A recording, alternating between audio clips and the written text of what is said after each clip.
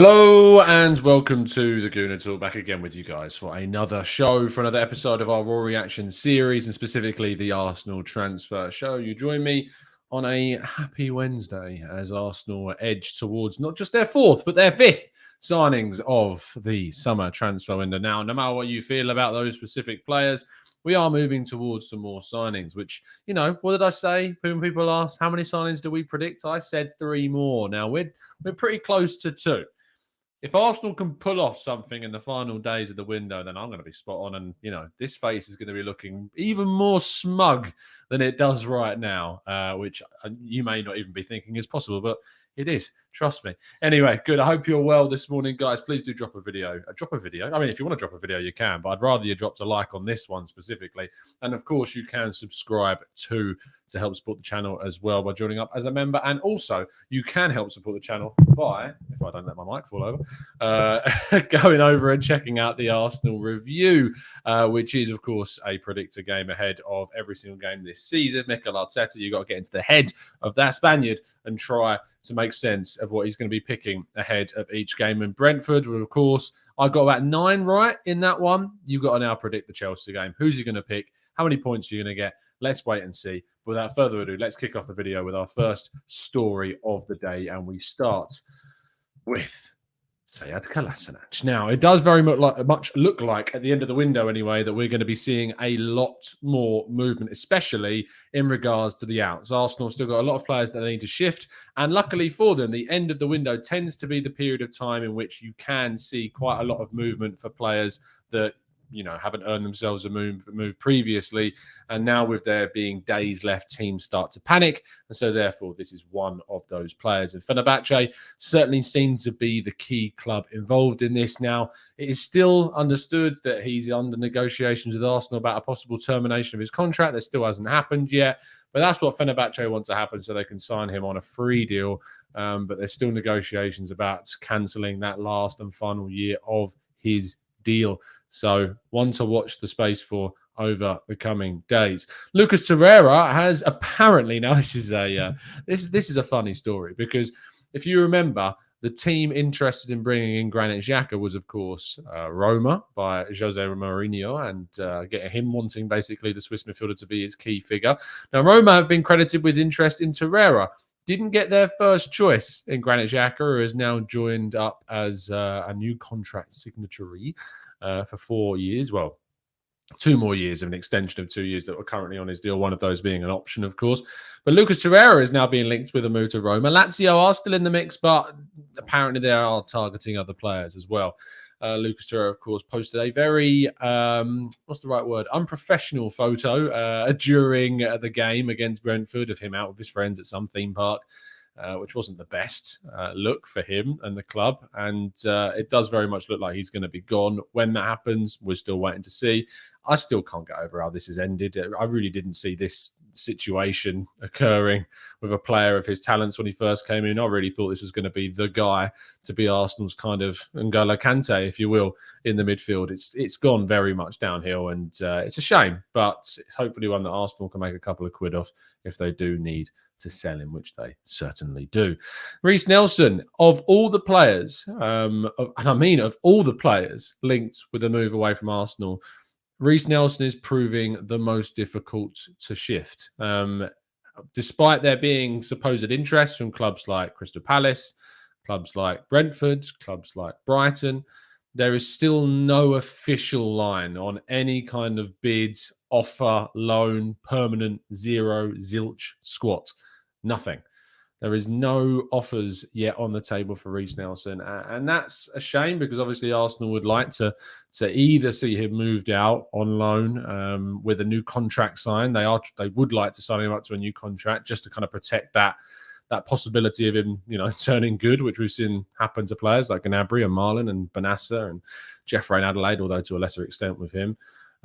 So it's a one that I expect we will see movement in the final week of the window, but it's proving quite tricky at the moment. But we'll wait and see. It's one that we could still see some movement on, that's for sure.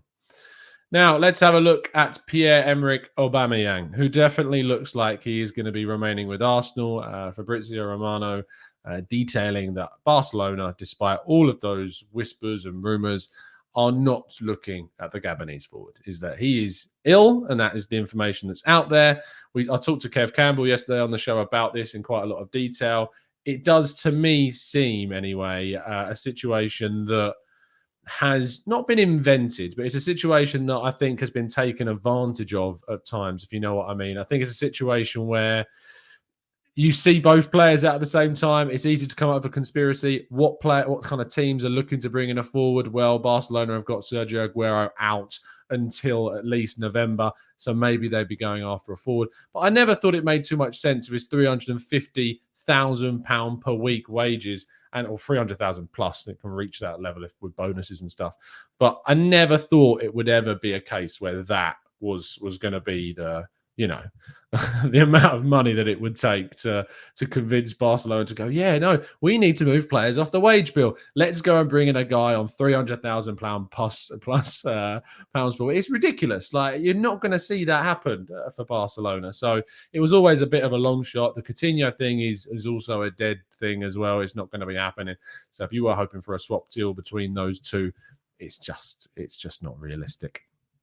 Now, moving on to players that might come into the club, we start off with Houssem Aouar, and the executive director at Lyon, or sporting director at Lyon, Juninho, who you may remember, Brazilian, was great at free kicks, used to play for Lyon themselves, of course, too.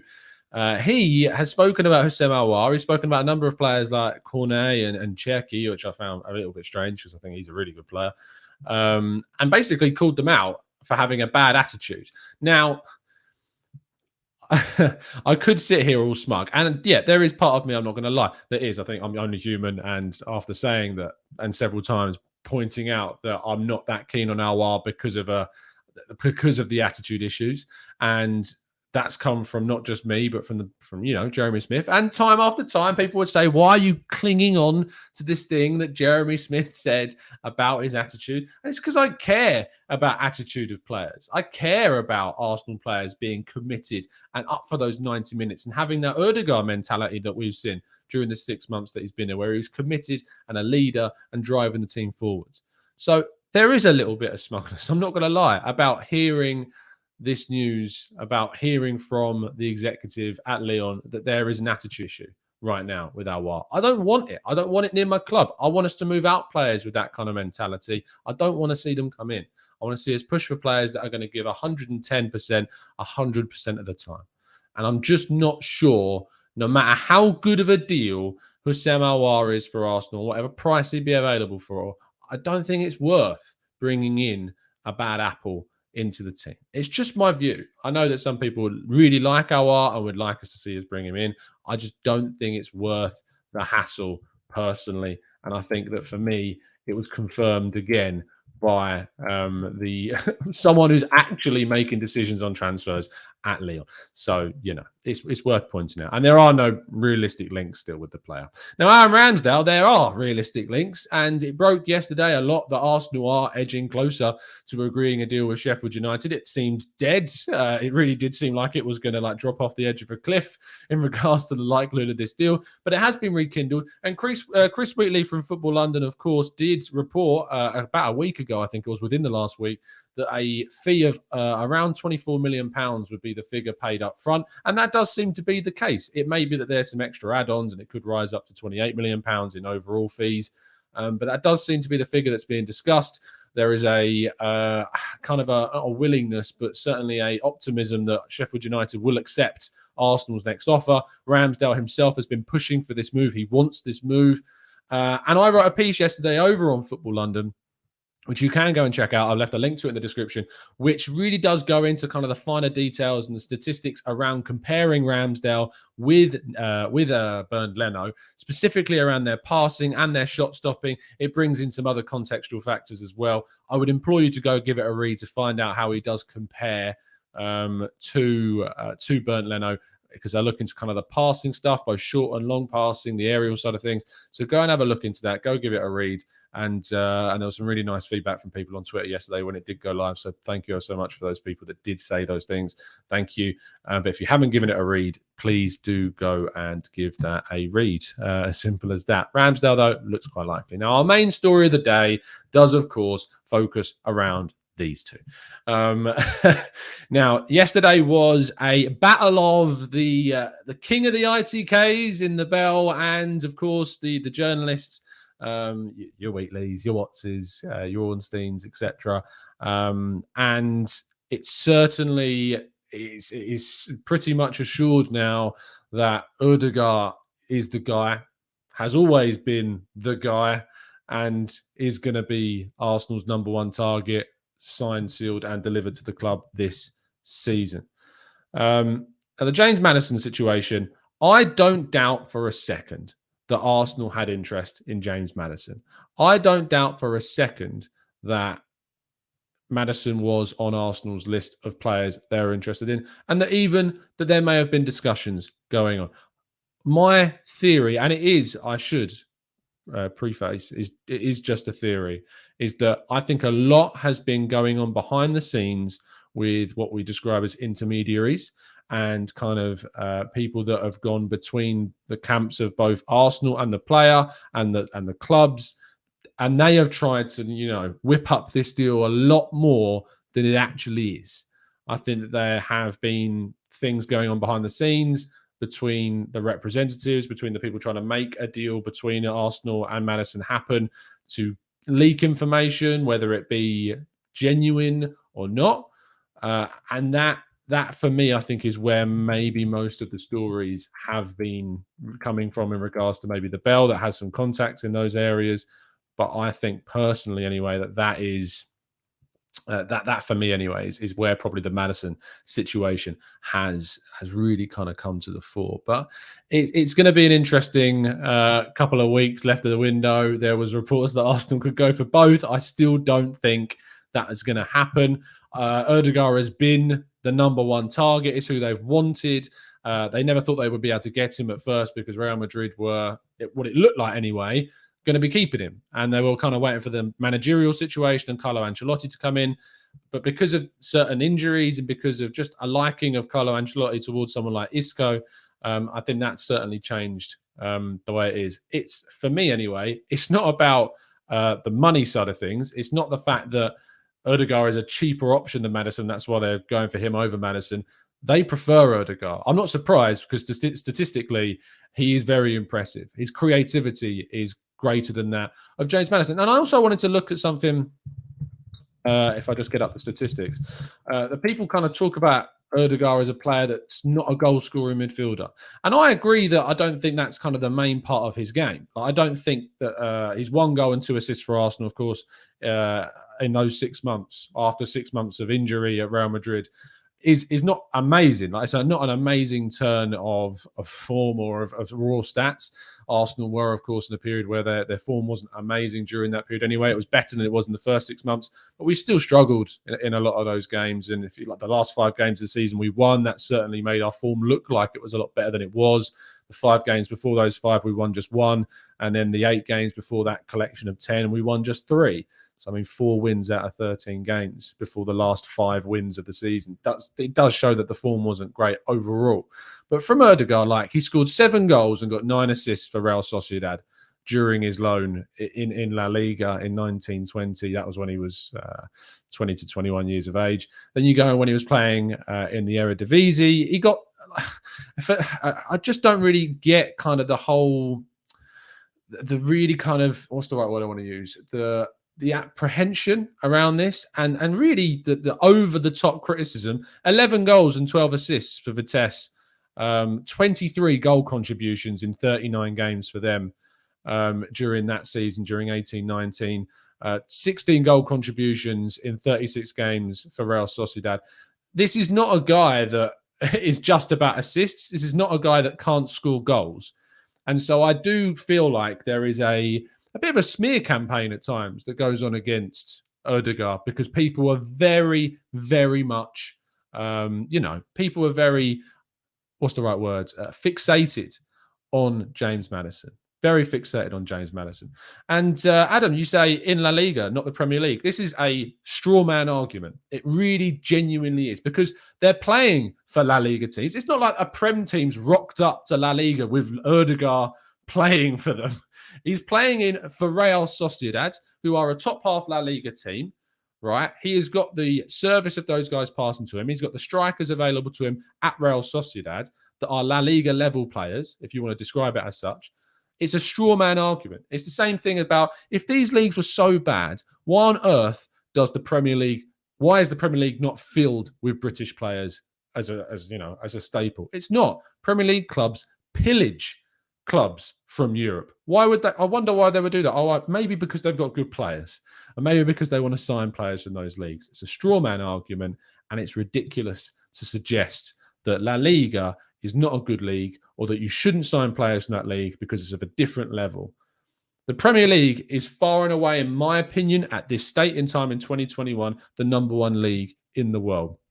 A few years back, I still thought it was La Liga.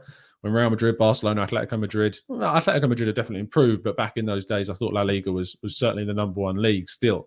But it's certainly gone downhill in regards to competitiveness on the continental stage. But for me, to turn around and say that you can't make clear comparisons between players from different leagues because of the league they're in is a joke, and it's naive and it's ignorant to those leagues. Absolutely. The people that just slam Liga, and to be fair, I've been guilty of it in the past, but hey, we're all about changing minds and changing opinions here. If the thing about Liga is that, I mean, one, you've got a situation where clubs sign players from these leagues all the time.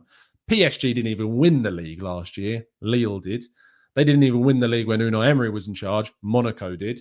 You had a title race last season that was better than pretty much any other league across Europe last season, with Lille involved, PSG, Monaco, even Lyon were up there at times.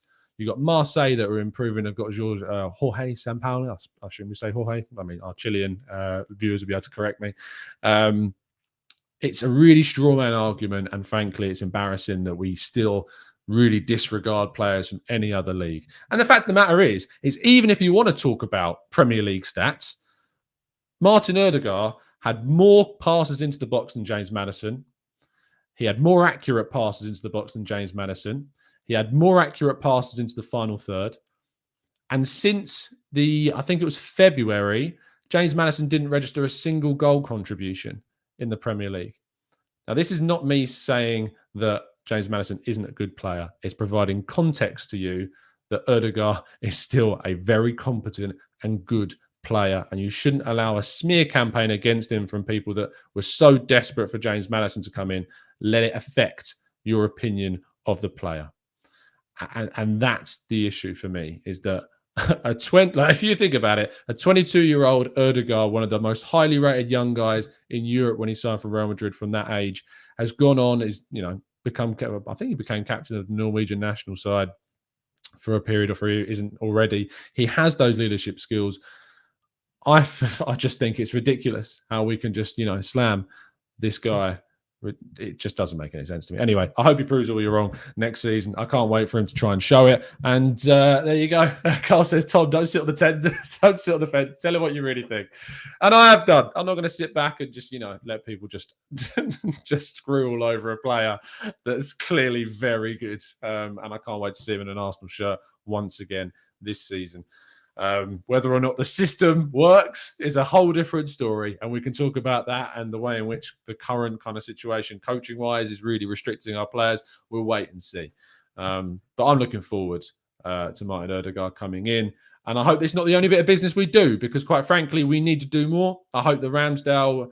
To be honest, my theory about Ramsdale is a lot down to, I think, Bernd Leno's future is not assured. I want to do a dedicated kind of video really looking in depth into Ramsdale. I'll probably do that towards the end of the week when I got a day off, and looking kind of at his passing, looking at some of the stats, the graphics of his passing, and looking into that. And Actester says, Tom, any right back news? This is the thing, is that we're not hearing anything in the right back area. And that's the main thing for me that I want to see addressed at the end of the window. It definitely does hinge on the whole situation of Bellerin. If Bellerin goes, I think Arsenal will push for a right back. Who that right back is, I don't know. I wouldn't mind it being someone like Kieran Trippier. I think that people are writing off a Kieran Trippier signing because of his age. And then you actually look at the back line that we've got, Tierney 24, Gabriel 23, Ben White 23. We could really do with an experienced head in that back line. And plus, Trippier's very good. So you've also got that to factor in as well. The price is, it's 30 million quid is a lot of money. But if we've got it to spend at the end of the window and we've secured the other targets that we need in the other positions, I genuinely would not have an issue with that whatsoever. But it's going to be really interesting as to what happens towards the end of the window. That is the end of the news. So if you would like to throw into a question into the chat box, we're going to go through as many of your comments, your theories as we possibly can. So start throwing them into the chat and we will have a look at them. Matt G says, Tom, what do you say to those fans who suggest Odegaard doesn't have the right attitude as he isn't staying and fighting for his place at Real Madrid? Matt, I don't think it's barely worth even addressing as a point. It's a fair question as to what, I don't know why that's even an argument. Because at Real Madrid, I mean, they've just taken his squad number away, which is ironic because it's the same thing that people are moaning that Ben White took Saliba's number, right? And we see now Rodrigo's taken Odegaard's number, but Saliba chose to go to France, didn't want to stay in England and get a loan there, which would have been the better option for him if his future was to lie at Arsenal. Didn't want to fight for a place at an English team or fight in the Premier League this season, pushed himself for a loan to France. And yet Odegaard's in a situation where he's had his number taken off him and he's pushing to join Arsenal. He wants to join Arsenal. He wants to join our club that he improved in those 6 months that he was here. And yet it's a completely different mindset to a player. It's crazy. There's like these cult followings after certain players, and I find it really odd. I find it really strange. But maybe it's something that we'll see change, and maybe hopefully. Anyway, I'm praying that he really does prove a lot of people wrong this season.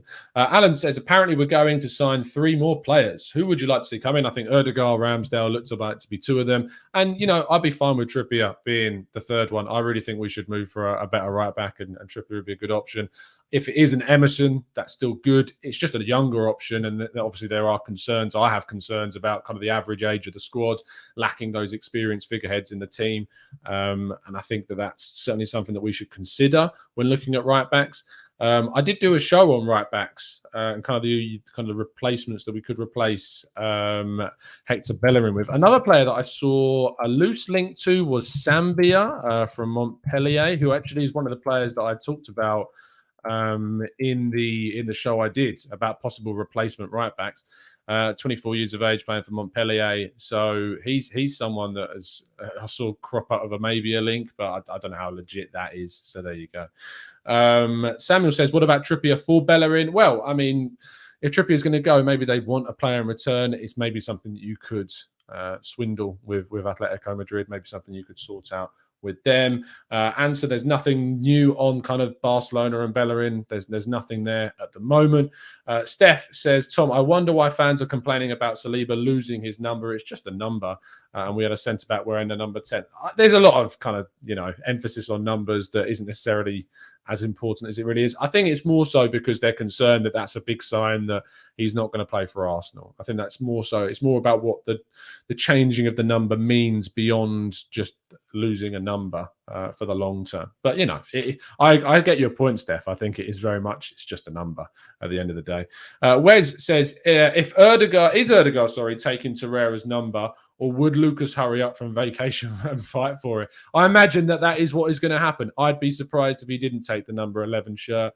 Is the number 8 shirt still available? I feel like no one's taken number 8 since Dani Ceballos left back for Real Madrid. I can't think of anyone that's taken the number 8 shirt. So maybe he'll take 8. He's not a number 8, but maybe he'll take number 8. Yasir says, Tom, which one is the better deal? Maddison for 70 million or Odegaard for 35? To be honest, the deals don't really matter in regards to price. To me, if you spend 35 million on Odegaard and then you didn't buy anyone else, well, what's the point? You might as well spend 70 million on Odegaard because it's not going to change the rest of the window. If Arsenal have gone for an option that's significantly less money than Maddison and they want to then invest that in other areas like right back, which is really important, then you've got a genuine argument. But if we sign Odegaard for 35 instead of Maddison for 70 and don't do anything in the window, and yet we had that money available to go for a James Maddison, then I don't really have an argument for that. And by the way, when I was talking earlier about kind of the statistics and the argument for Odegaard, that doesn't mean I never wanted James Maddison. James Maddison's a very, very good player.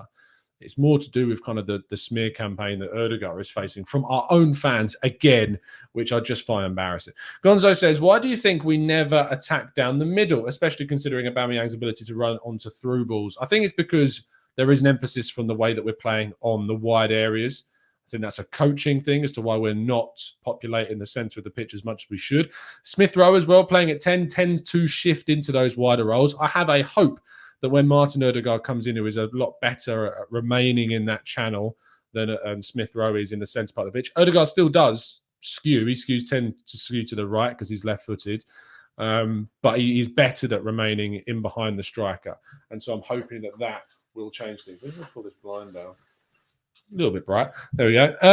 Let's go to scroll up a little bit more. There's a lot of comments coming in. There we go. If you use the Q, guys, in the chat, like the capital Q at the start of the questions, it helps me spot them way easier. I usually don't necessarily read out ones without the Q because I don't know that you've asked a question. So just a hint, if you ever wonder why I'm not reading out your questions, it's usually because I haven't spotted the big Q. Those that have listened to the channel for quite a while and listened to the podcast know that's the way we do it. So if you are wondering why I miss your question every show, which I apologize for, there is a lot of you, then always try and put the capital Q. That really does help me pick out the questions. King says, do you think the main thing that could help Arsenal right now is the change of tactics? It's tiring to see Arteta being a poor man's Pep. I think that the coaching and the tactic is really a problem right now. The way that we're playing is a problem. The lack of patterns, the lack of triangles, the lack of a real system that's going to help our striker to score. That's a real issue. And it also makes me feel like it doesn't really matter who we bring in at the moment. We lack so much kind of edge in the way that we're playing that I'm not sure it matters too much. Jahan says, Tom, do you think Odegaard, Trippier and Ramsdale would be a good enough window? Obviously, Odegaard, Trippier, Ramsdale, Ben White, Sambi Lokonga, Nuno Tavares. Is those 6 players a good window? Well, let's think about it. We've spent £75 million already. Odegaard's going to cost us about £30 million, which, by the way, is a great price. That's an amazing price for a highly rated 22-year-old from Real Madrid. It's a really good price. So that takes you to 105. Ramsdale, we think, is about 25. So that takes you up to 130. And then Trippier or right back, I estimate about a 25 to 30 million pound figure. So we're looking at spending around 150 million pounds this window, which is not something that Arsenal are unfamiliar with at all. I mean, if you look back through history at kind of how much money we've spent on transfers, let's go to all transfers. Last summer, we spent £76 million with Partey and Gabriel coming in and Pablo Mari. The season before that, we spent 144 with Pepe, Saliba, Tierney, David Luiz, and Martinelli. The season before that, we spent 72, Lucas Torreira, Leno, Socrates, Matteo Guendouzi. The season before that, we spent 137 million with Aubameyang, Lacazette, Mkhitaryan, Kolasinac, which wasn't a transfer fee. Mavropanos came in before that. 16-17, we spent 101 million. Granit Xhaka, Mustafi, Perez, Asano, Rob Holding. A fair chunk spent there. In 14-15, we spent 107 million. Alexis Sanchez, Callum Chambers, Danny Welbeck, Matteo Debuchy, Gabriel, Paulista, if you remember him. So, I mean, we've spent over 100 million, I think 3 or 4 times. This would be the most we've spent in a transfer window if we do go over the 150 million pound mark. And so you would say that's showing that we're spending. But for Arsenal, it's all about kind of how much. It's about who we're spending the money on. That's been the crux of Arsenal's issues, is that who are we actually spending that money on at the club? That's the problem that we've faced at Arsenal so far. Let's scroll down because I saw a super chat come in from, let's go to, where's the super chat? Vinny, thank you. Says 1,000 listeners, 100 likes. Hit that like button, boys, harder than you hit the refresh button for Arsenal's transfer news. Odegaard is coming home. Thank you, Vinny. Much appreciate that. If you really could smash that like button, I really would appreciate it, genuinely. Let's go to Jacob, who says, we've got a very young squad. How do we rate the potential of our team for the years ahead? Can our young squad be a winning Premier League team, or are we too far behind that already? For me, Jacob, it looks great, doesn't it? It really does look like we are in a state where those players are going to develop and improve, and in 5 years' time, our team looks amazing. The problem I have is that right now, you've got a situation whereby the team is so heavily leaned towards that younger end of the spectrum that you haven't got much guidance. You've not got those experienced players that are going to guide those guys towards, or rather out of, really tough situations. And because of that, when we get to those points where we're 1-0 down to Brentford, 2-0 down to Brentford, when we're in really tough situations where you need your experienced heads, that all of your Chelseas, United, Cities, Liverpools, they have those ones. They have those players. That's why they get themselves out of those tricky situations so much more than Arsenal are able to do. So that's the issue that I have. We have been going for 31 minutes. Thank you guys in the chat box for highlighting the issues going on. Disgusting. Thank you so much for tuning in, guys. Thank you so much for tuning in, as always. Please drop a like on the video. Please subscribe to the channel if you are new around here with those notifications turned on. We'll try and get some more of your questions in some more shows. Thank you ever so much. Join up as a member if you'd like to help support the channel. And of course, as always, up the Arsenal.